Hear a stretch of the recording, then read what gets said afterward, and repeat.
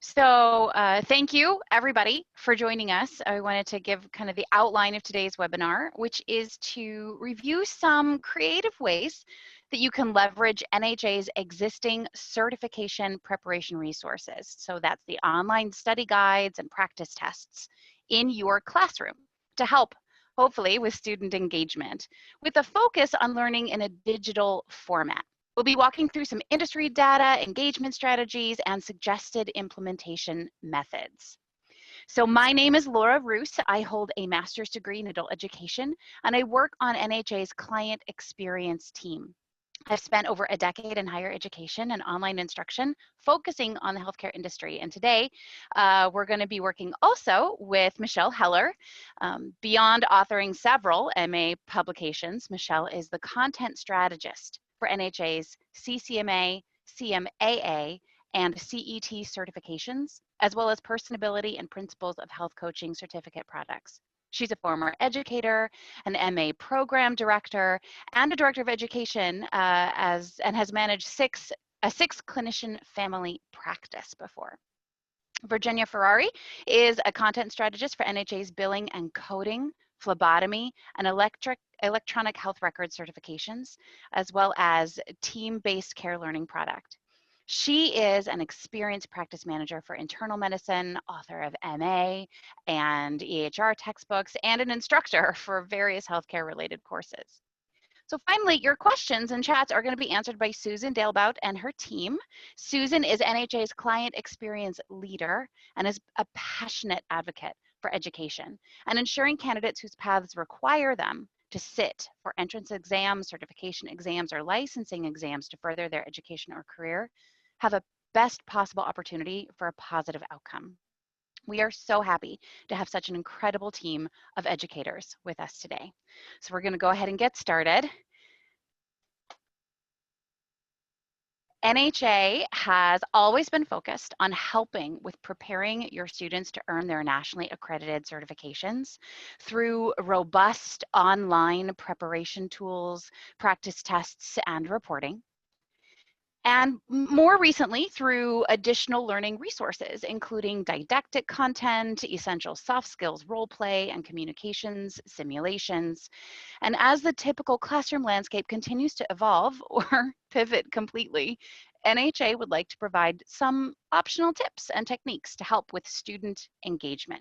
Whether you are teaching in a traditional classroom setting or with any form of digital learning, we wanted to provide suggestions to help you and your students prepare for the NHA certification exams while working in these various levels of technology. So though the principals will review work in many of NHA's additional learning tools as well, for the purpose of today's session, we will be focusing on those resources designed for exam readiness, which include online practice tests, quizzes, and study guides. So to provide some context, this report shows the national candidate outcomes across all first attempt exams since January of 2018 and those NHA study material usages. Those students who followed NHA's suggested best practices, which can be found in your facilitator implementation guides, statistically passed their exams on their first attempt at an 87% success rate. These best practices are primarily focused on pacing for candidate usage and are based on national data of usage compared to successes. More details for each certificate are available in the NHA certification specific implementation guides. But today's webinar is aimed more on options for you as educators to leverage NHA's resources, but to go beyond the general pacing timelines and dive deeper into optional methods and techniques that could enhance your student engagement in some newer classroom models.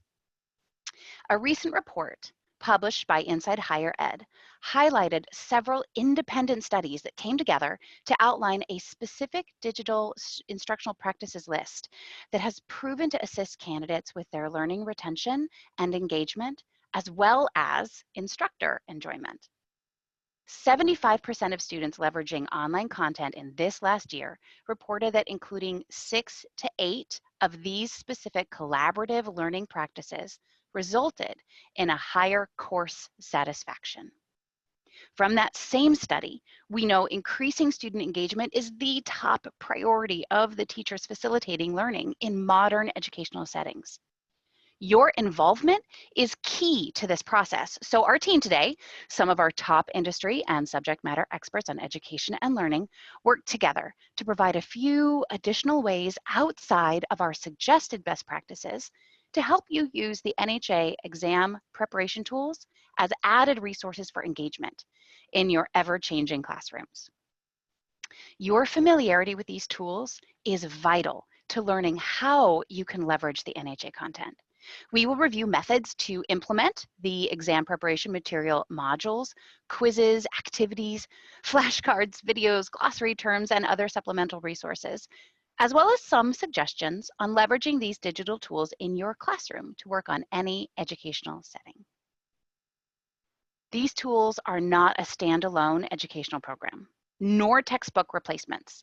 They are designed as preparation resources for specific nationally accredited certification exams and used in conjunction with your existing curriculum to bridge the gap of learning from didactic to exam readiness. Now, before we move forward, Virginia, I was hoping you could tell us what you've heard from instructors regarding the NHA study materials. Well, absolutely, Laura. So recently I participated in some instructor interviews where several volunteered without prompting or questioning that since they started using the NHA study guide, their pass rates increased substantially and that exam scores went from the 300s to the 400s.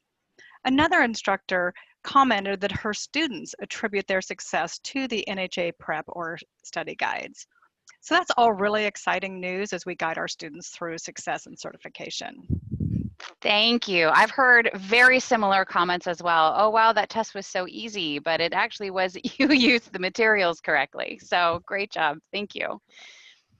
So though each set of resources may vary somewhat, they all follow a similar learning paradigm. So let's take a look at some options of how a few standard tools in these materials could be used. It all starts with the NHA Administrative Portal. If you've not seen this before, please contact your NHA representative. And if you don't know who that is, post it in the Q&A box and we will be sure to get you connected. So here, I've logged into my school account as an administrator and I'm going to go into my course. But before I do that, please take a note of our how-to documents. There's more directions here regarding administrative processes on how to set up content, what's included in the materials, and reporting tools. There's a series of additional resources available to you here, including walkthroughs on reporting, rosters, course monitoring, and even access to the student-facing tools. So please feel free to leverage these as much as you need, whether embedding links into a syllabus or LMS, or even playing a video in a classroom or through a web meeting. So through the NHA portal, the materials set up in my courses provide me as an instructor for any active course access to my administrator preview feature. I can see everything my students see through this function. Now, for any class where all of your students have their own access to the NHA learning resources, you have the copyright approval as an instructor to show the created videos and other features in that classroom setting. Now, let's actually take a look at some of these resources more specifically. Referencing that Inside Higher Ed checklist, we're going to start with the idea of breaking courses into activities in shorter pieces. The NHA materials are purposefully designed to allow you to break them into palatable segments. Your decision to launch or roll out the modules as needed throughout your cohort's learning is something you have complete control over. The inclusion of assignments or time expectations for the initial learning is something you can embed within your online learning system or use here within the NHA website. Our pacing suggestions are available to you as well through the certification-specific implementation guides. So from that Inside Higher Ed study, we know that students reported that frequent quizzes were a popular method for course engagement. Most of NHA modules have an accompanying quiz, some two, and these are aligned to the exam outline. and intend to provide an overview of candidate proficiency and preparation at this phase in their learning. The goal is to reveal their readiness to move forward. It is an important distinction to make that NHA's preparation tools are derived from that exam outline. We do not cover every item on the test within the study guide format. The quizzes are not your typical end of chapter fill in the blanks, and there may be questions on the quizzes and practice tests that will not be included in the NHA study materials. Learners need to use more than just NHA study content to be fully prepared to test. This is where you and your program come in. Now, we know learning isn't just about memorization, but developing knowledge or skills on a topic. So because of this, we don't recommend that students take these quizzes over and over just to reach a high score. They are intended to use as a real-time understanding of where they are in their readiness to progress. The quiz questions will be the same for every attempt, though rearranged, which is again why we don't suggest they overuse this tool. The question format follows that of the high stakes certification exam. So students can start to understand how NHA will phrase questions and answers. It also provides the rationales behind the answers. Our aim is to help them understand not just if they got the question right or wrong, but why, which is a valuable resource in learning that important skill of how to take a test. Though our best practices suggest only 1 to 2 attempts per quiz, and that may be the best way to gauge candidate readiness, there are no specific requirements for you to implement quizzes in class or as homework. Since students reported frequent quizzes helped ensure a great course experience, here are a few optional methods and timelines that you could use to help with student engagement. Have the students take the quiz before the lesson and then once more after completing that module. This will give you a benchmark to see their knowledge, but also their growth through their learning. You have access to all of their quiz scores and could choose to select any quiz outcome or even average those scores together for a grade. You can challenge the students to take the quiz just once after completing each NHA module, using their outcome as a tool to gauge what they learned and their readiness to proceed. At the end of all of the modules, have the students go back and take each quiz once more consecutively. This gives visibility to what they've retained as they have progressed through their learning and could be used as a first glimpse of their readiness to attempt a practice exam. An alternative to that option would be to create an assignment to require your students to complete the quiz a single time after each module, but occurring prior to class or that day's session. You can have visibility to review those scores both individually and as a group, and could then use the preview feature in your administrative login to walk through the quiz together as a class, using this process to generate class conversation. Possibly open up additional questions on those rationales, exploring the concept of normal values, as well as highlight the importance of reading not just the questions thoroughly, but also the answers. There may be more than one answer that looks correct, but only one is the most correct. So this is a great way to leverage group discussion online, conversation boards, group chats to elicit that engagement, touching on several different checkpoints from our list of engagement techniques. Again, using this method, once completed with the study guide, you could have the students repeat all of the quizzes consecutively prior to their first practice test to capture that retention. So we're going to take a pause here. Virginia, I was wondering, can you share some about your experience and the use of technology in the classroom specifically? Absolutely.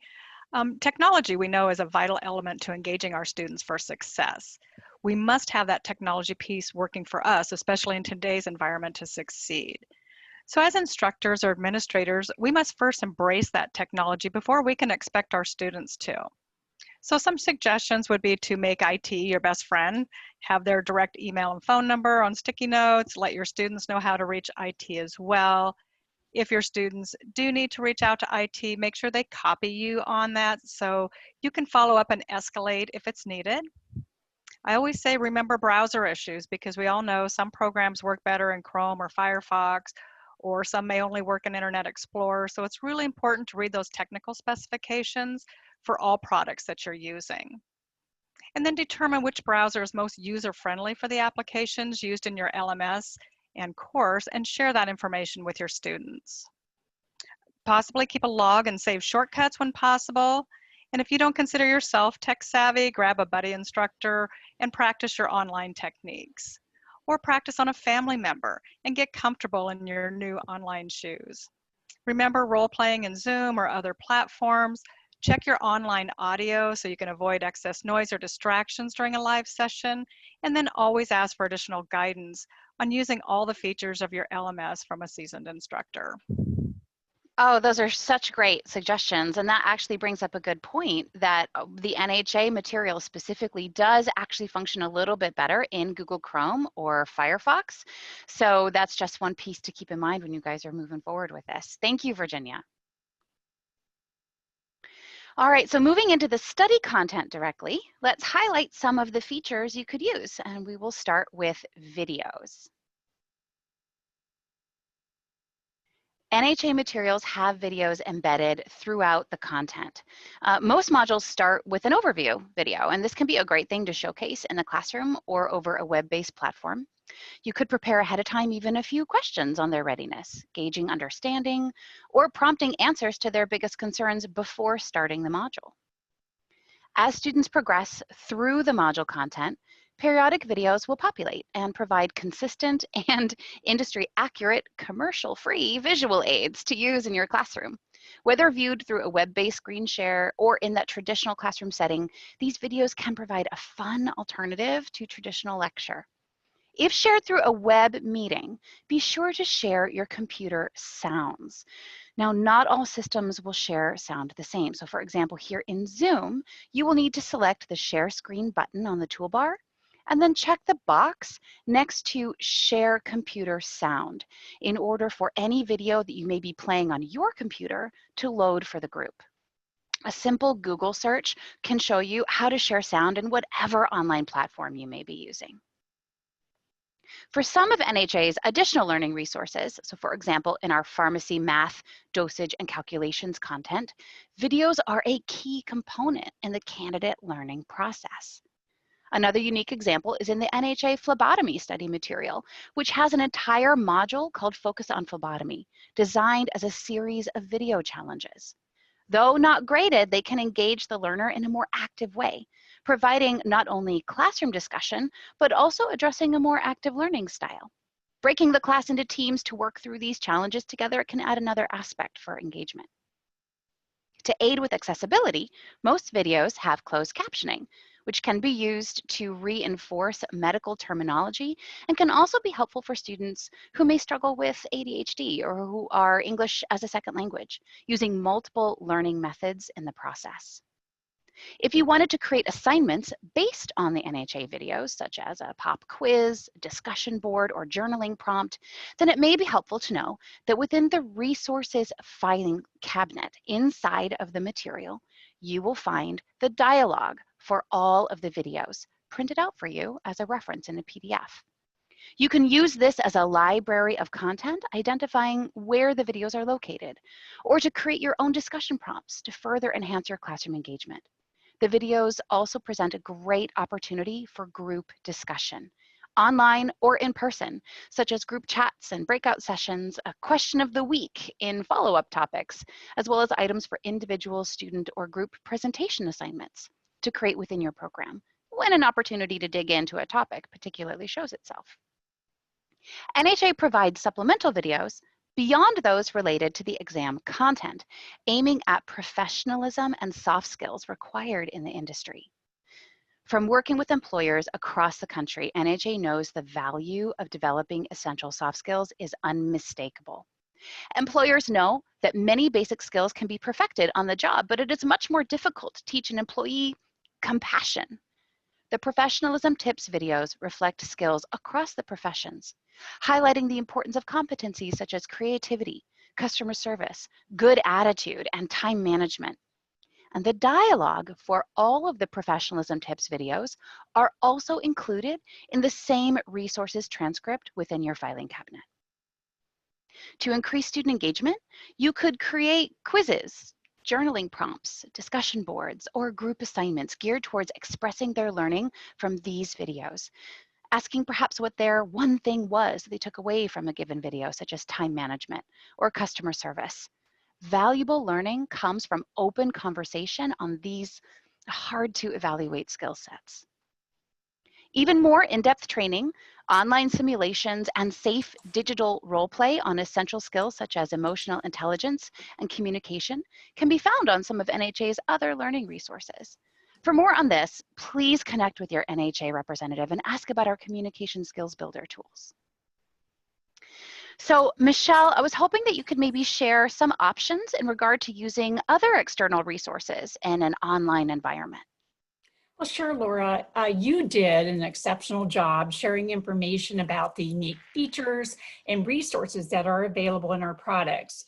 What I want to share with all of the educators on the phone here is what other type of external resources you can use. We know that many students question the value of certification, particularly because most states do not require certification to perform the duties that a lot of our certificates perform. And let's face it, as instructors, we can talk until we're blue in the face about the value of certification. However, students don't always heed nor welcome our advice. But having employers join your online lectures is a great way to create buy-in on the value of becoming certified. And since the employer representative doesn't have to hop in their car and drive across town to come in and talk to your students, they probably will say yes to a virtual visit where they might not have if they had to come in physically. Students that understand the importance of certification will usually be more committed to the certification prep process and will be able to perform at a higher level than those that don't. And while we're on this topic, another great way to pump students up about becoming certified is on that very first day of class, have students write their name on a blank sheet of paper. Then have them put all the credentials that they will be able to obtain after going through the program. Then frame that. You can purchase frames at places like the dollar store for maybe 50 cents a piece. Have them take that framed signature with all of the credentials behind their name home with them and have them hang it up someplace where they will reference it often. And as time passes, a great thing for you to do is remind them of that goal by sending them out little encouraging comments about, hey, you're halfway there to getting these credentials behind your name. So it really does help for students to engage in the materials if you are passionate about reminding them about how close they're getting to that time. You will see much better performance when students are excited about certification. Oh, you're so right. You know, our involvement and engagement is such a key part. They'll feed off of that excitement. But thank you. I love that idea of the frames, like a vision board. Yeah, you're welcome. So moving through our checklist, we're going to help brainstorm some other creative assignment options that you could leverage. So throughout most of our study tools, students are provided interactive glossary terms. These are embedded throughout the study content, and there is a glossary icon in the bottom left corner, which will default to the module in use, though the full list is also available. So here are some ideas to get your creativity started on student engagement. You could set up an in-class scavenger hunt, either as individuals or in a group learning session, searching across different glossary terms. You can create visual puzzles, crosswords, or diagrams. There's lots of really great online tools to help you do that. Break into teams, play word builder games, or even create a digital Wheel of Fortune or Jeopardy using these glossary terms as a guide. Now that we're talking about games, the gaming activities built into the NHA study guide content can be performed at the individual, small group, or even in-class discussion levels. These do vary depending on the module and the material, but always bring the learner back to the content from the NHA exam outline. The filing cabinet provides a score sheet for these games. Feel free to put your students into teams, setting your own challenges for earning rewards or recognition, such as badges you could create, team points, or individual levels of excellence. Some suggestions include creating discussions or assignments designed from activity completion. So like, what was the hardest thing you had to do during this game? Have students complete the game individually first in class, posting or sharing with you their score, and then walk through the game together as a group, prompting discussion on what to do or what options work the best. You could break the group into teams where their collective points allow them to take steps around a racetrack, for example. Perhaps the team who loops the track first by their collective points receives a prize, such as a bypass of their lowest quiz score. As with all of the resources listed so far, there are flashcards that are aligned to each module that can be used creatively, working with individual students or as a group challenge. Similar to the glossary terms, running through the flashcards in class can be an activity or gaming convention such as a Jeopardy-style Q&A, can stimulate discussion or even become a pop quiz. So, Michelle, can you provide some context as to why it is best to go through prep materials together or in groups rather than have students do them all just on their own? Absolutely, Laura. I can't emphasize the importance of going through these prep materials together as a class or in groups enough, right? Working collectively is going to be far more meaningful than just asking students to go through the prep on their own. We know that time is at a premium, which is why we've created a lot of opportunities for you to engage with students without creating a lot of extra work on your end. Engaging in these resources during live sessions or in breakout rooms with individual groups will really help those students feel like you're all in this together. Your active involvement is really going to help address any gaps in the learning as well, or any confusion that students may have as they're going through the prep. So this will definitely help with clarity, and having everybody working together again, everybody's going to feel like it's a team effort to pass the certification test. And I think they're going to feel a lot stronger, and they're going to have a lot more confidence by doing it this way instead of sending them out on their own. Excellent. Thank you so much. An additional element of the preparation resources is a series of practice tests, which are aligned directly to the full test plan outlines and provide insight into candidate readiness, giving you detailed reports at both the individual and group levels. As an administrator, you have full access to all of these test versions. There are varying learning theories behind leveraging these tools, with two key items to keep in mind. Most important is to know that unlike the quizzes, the practice tests have some limits. There are 3 different test versions that all follow the full exam outline and will cycle through in 2 rounds for your students. Across these 6 test attempts, they do not get to pick which exam they take and must go through the cycle to move into the next version. After each attempt, students should continue with their program review in their coursework and textbooks, but they will also receive NHA's Focused Review, a unique study tool outlining content to read in areas they scored lower on in their practice tests. We're going to get more into that in just a little bit. So here are a few suggestions on when and how to use these assessments. Within NHA's best practices, it is recommended you hold these practice tests until after your students have reviewed their NHA study guides. Using their quizzes during the learning process to gauge readiness on progression. When they are closer to their exam timeline, they should take their first practice test, reviewing their outcome across the exam expectations, spending an adequate time remediating in their focused review and textbooks prior to attempting their next practice test. This cycle is repeated as they close the gap on the calendar until test day.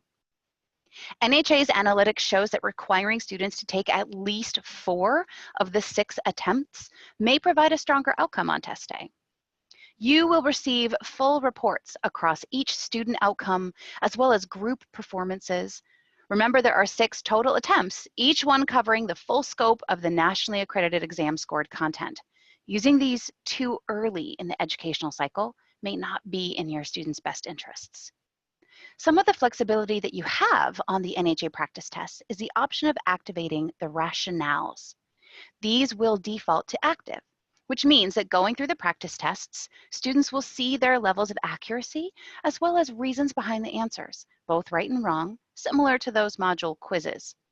it is highly recommended that for at least one, if not multiple attempts, you turn those rationales off. Remember that the first time the students are in the practice tests provides the purest form of evaluation. And it's recommended to deactivate these rationales for that first practice test attempt, though not necessarily for all 6. How and when you choose to activate those rationales is up to you. But if the practice tests are given in a mock proctored environment with the rationales deactivated, it can mimic the timing and experience of test day. This allows learners to get a true feeling of their readiness under test-like conditions, better preparing students for their certifications, as well as helping to lower the possibility of test anxiety. Within NHA's best practices, we suggest students have the opportunity to take at least 2 full practice exams in a timed or mock proctored testing environment. Any of the certification resources that have a labeled final assessment will provide this experience automatically, as it will be timed to align the test day expectations and not have those rationales available. Though again, it may be in the best interest for the student and the purest form of evaluation to also deactivate the rationales for that first practice test attempt.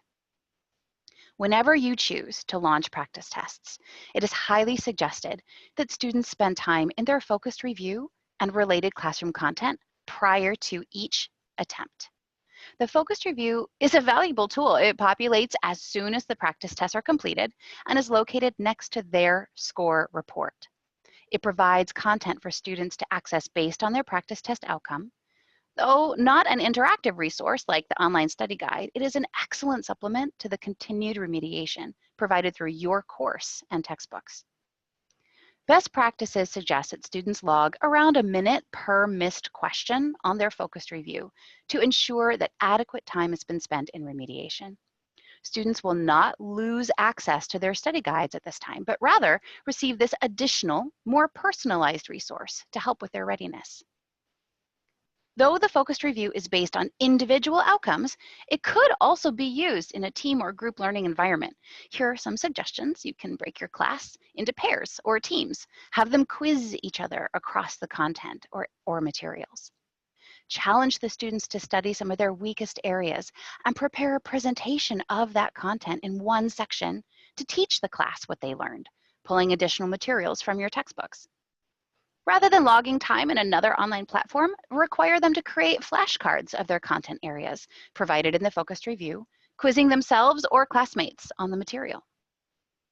Now, all that we've just gone through have been suggestions on optional ways to leverage the NHA materials to help increase your student engagement and hopefully generate some creative solutions in your own assignments, activities, overall candidate successes. Now, keep the lookout on the NHA website for more resources, podcasts, webinars, and blogs. Don't forget to access the Educator implementation guides for even more ideas, best practices, and pacing suggestions. And know that we know the delivery of education is changing daily. And we want you to know that we're here with you working through these front lines, and you are not alone in this process. So we were hoping to take just a few minutes here to address a few questions or thoughts that you've had from today's session. So Susan, what has been sparked as kind of your primary questions? Let's go ahead and open this up.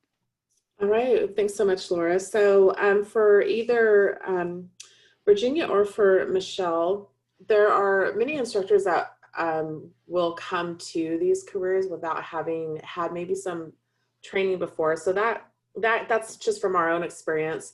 So in your experience, for those instructors who have questions around how do they make this transition to not only classroom teaching, but now some of them suddenly been thrown into online teaching, what are the best shortcuts and resources they can leverage to transition to this hybrid learning model or the classroom teaching model, whatever model they're in? How can we help them find information that helps them to potentially transition from a clinical career to providing educational experiences for their students?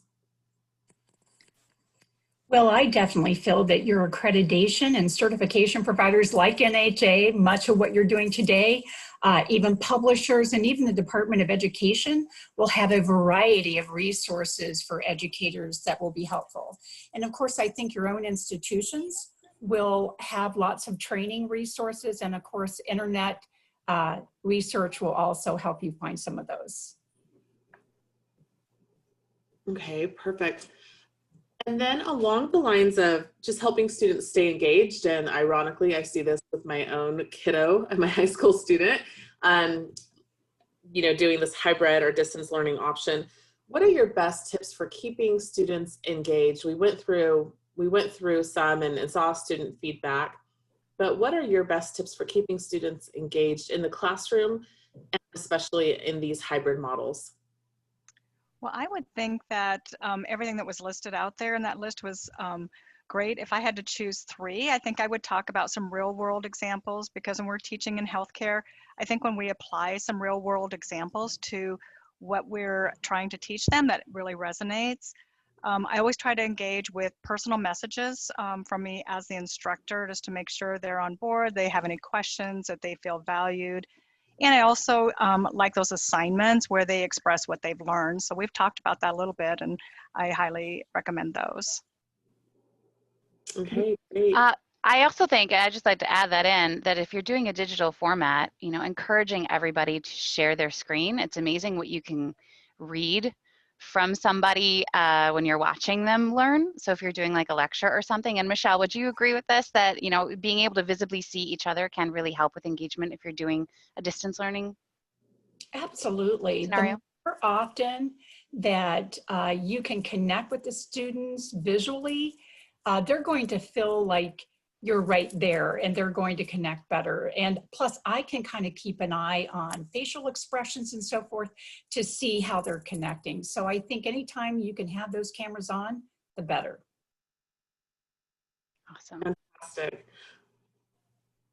For getting local employers, if schools are interested in getting local employers into their classroom, of course, following local guidelines, whatever those might be nationwide, who are the best people to reach out to at the employer level to have guests come into a classroom and speak to candidates, or join the Zoom meeting and speak to candidates and encourage them along their career path? Who would you have schools reach out to at the, among employers? Well, from my experience as a practice manager, those questions would normally come to me, and then I could find the right person, whether it was a provider or an MA or a billing and coding specialist, who would fill that role that they're needing. So I would say start with a practice manager if possible. Okay, great. Quick question. Michelle, you and I were at a luncheon this past year when we could still see each other face to face. And we talked a lot about the boards that different institutions may have to help them evaluate their curriculum. Do you want to talk just real quick about the value of that? And maybe that is a great way to sort of initiate those relationships if you don't already have them. Absolutely. Those advisory boards are just wonderful. You get to meet, employers from all across the state or the local area, right? And you can really talk to them about, hey, what can we do in partnership with you to help our students really excel? So I think asking them, maybe even at the time that they're at the advisory meeting, hey, would you be interested in coming in and talking to my students in class, or maybe virtually coming in and talking to them about the things we talked about earlier, like the value of certification or the importance of work ethic and also soft skills. I think that's really important, but you're going to learn so much from those advisory committee members. Listen intently as they present some of the challenges that they have with new students, or I should say new employees.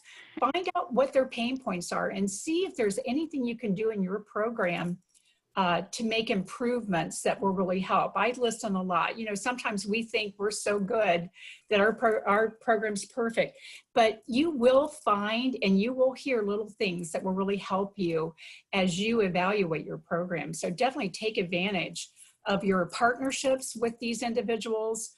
of learning where you can do better and really taking advantage of having those people come in and talk to your students as well.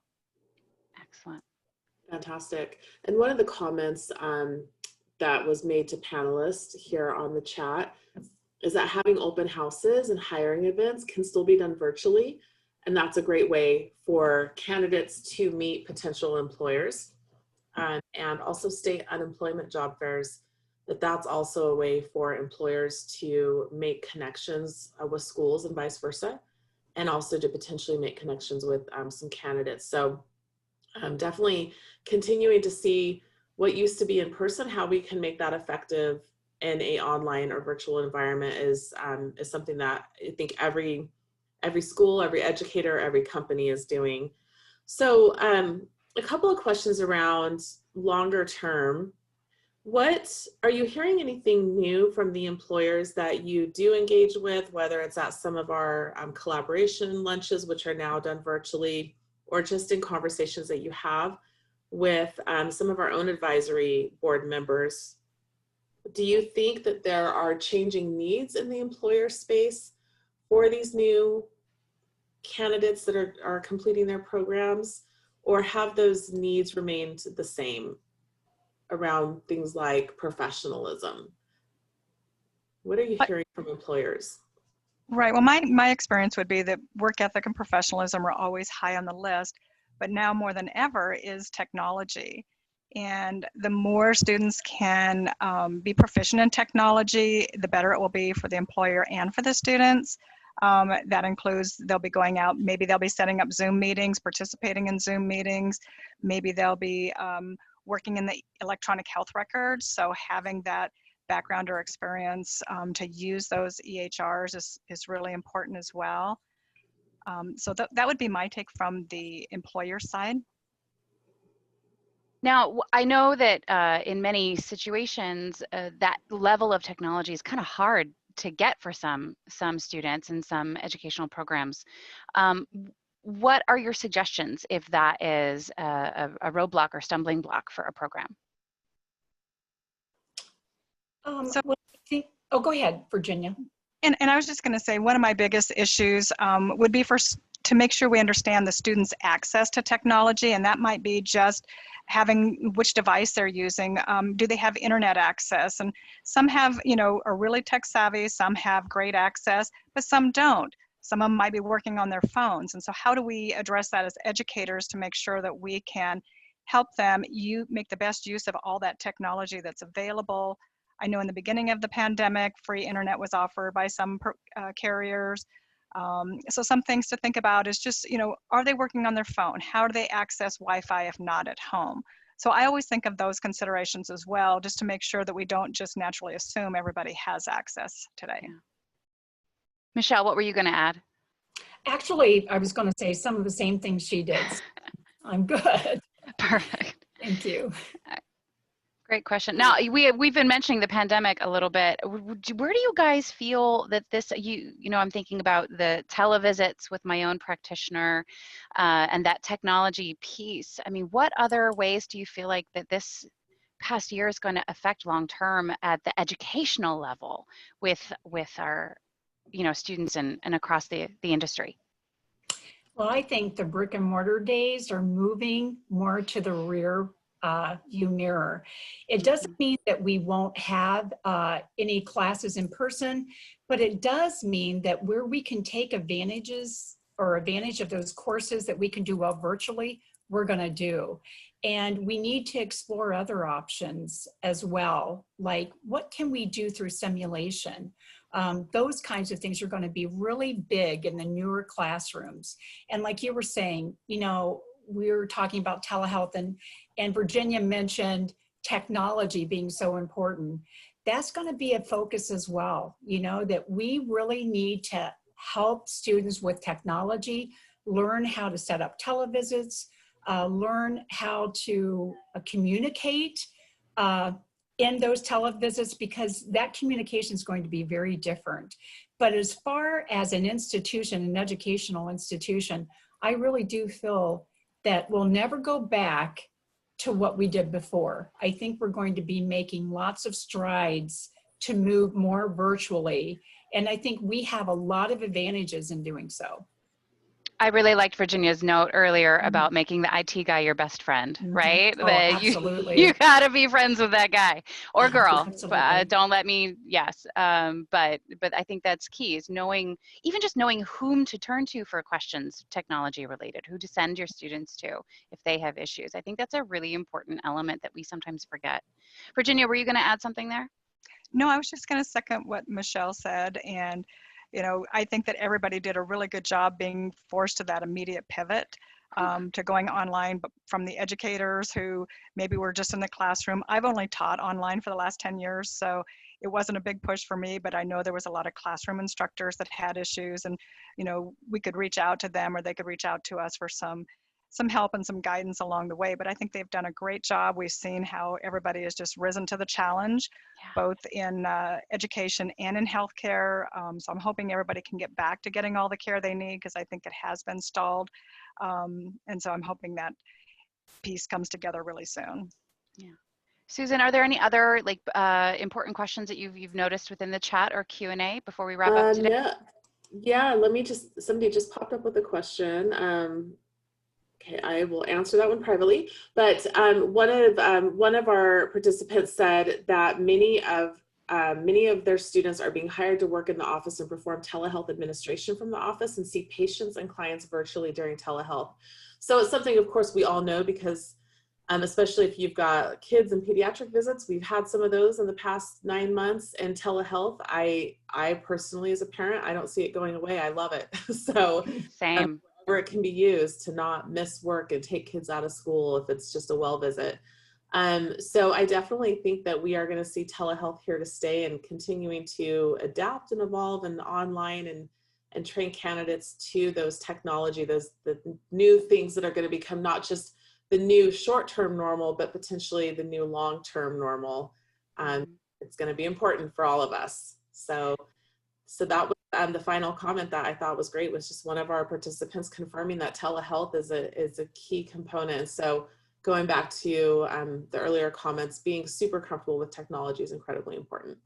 And I think also, you know, something that I am retaining a lot from our conversation today is on your involvement, like our involvement as educators in that space. The more included you are, the more included the candidates, the students feel in your classroom. So I know, Michelle, you talk a lot about, there's like a listing of your passion for it, right? Do you want to just give like a real quick rundown of that as our kind of final wrap up today before we move out? Absolutely. Great. I hear a lot where educators come back and they're frustrated because they don't feel that their students are engaged, they're not using the resources to the best of their ability. And when I talk to those folks and I say, how active are you? Many times I find out that they're not real active. And listen, I know time is at a premium. I know you don't have a lot of time to be going through that whole study guide, but you can go through sections of the study guide. You can do some of the activities that Laura mentioned throughout the whole presentation, where you're at least interacting. And I think checking in with students, you know, how are you doing? Are you understanding the information? Where are you struggling? It's really important, that connection. And like I said, students often feel overwhelmed when you go, okay, here's the book, now go do it, right? Go do it. They're going to feel a lot more comfortable if you're at least putting them in groups to work together, because again, they're going to feel like everybody's in this together. And I think you're going to see a big improvement in your test scores when you put students together and when you yourself are involved in that certification review process. I totally agree.